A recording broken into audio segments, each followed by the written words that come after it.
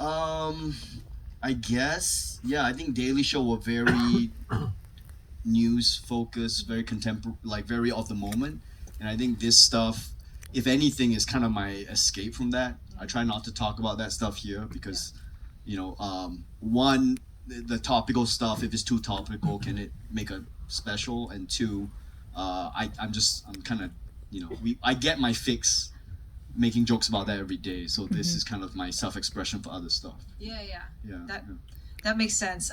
One of the bits that I really Thanks everyone for hanging out, by the way. yeah, thank you guys. Yeah. Hope you're still having a good time Yeah, with I don't this know. conversation, talking about jokes. One of the bits that I really enjoyed, and it was also a little triggering, was the part where you kind of talked about like trying to explain technology to baby boomers, like our parents, and explaining to your mom how a meme was photoshopped, and it reminded me of Terry Moran's interview with Trump, like trying to explain to the president of the United States, like the tattoo, the MS-13 Oh yeah, tattoo, was like MS-13, yeah. Photoshop, and That's I very don't know, funny. It's very funny.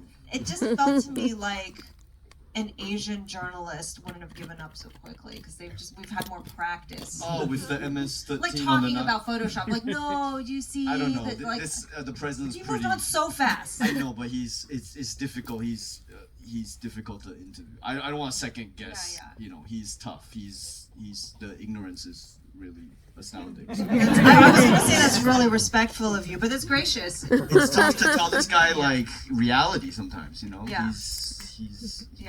He's dodging it. So I don't want to criticize the report because sometimes you gotta move on. I'll criticize a reporter. I'm a reporter. Oh, okay, yeah, you can. I'll do it. Yeah. Is there anything that feels like, and I'm here only I'm not talking about the Daily Show stuff, Please. but I'm talking about for your own material. Anything that feels like it would be like, when you're talking about sensitivity with the assassination attempt, that like you feel like might be like outside of the bounds for you personally. No, I don't think so. I don't think anything's out of bounds anymore. In today's America, I think you can just go for anything, and people complain, and then nothing happens, and then you wake up next day, and then you eat some eggs and do the same joke again. I don't know. Anything out of bounds. I like to think that I have professionally good taste with comedy, so the stuff I do, I think is in good taste. So I think. The test isn't whether you cross the line, because sometimes the point of comedy is to cross the line. So that can be the test. Did you go too far? The test is your own taste, and then the audience responds to that. And so like I said, I tour this all over America. I have a big enough sample size, I think. Also, I believe in my own taste, and so I don't think there's anything where I'm like, no, this is not good, this is not cool. I think the key is I don't want to be an edgelord. I think edgelord comedy is pretty hacky. I think when you're just saying stuff just to offend people I don't think that's not art to me. That's just, you're just saying awful shit.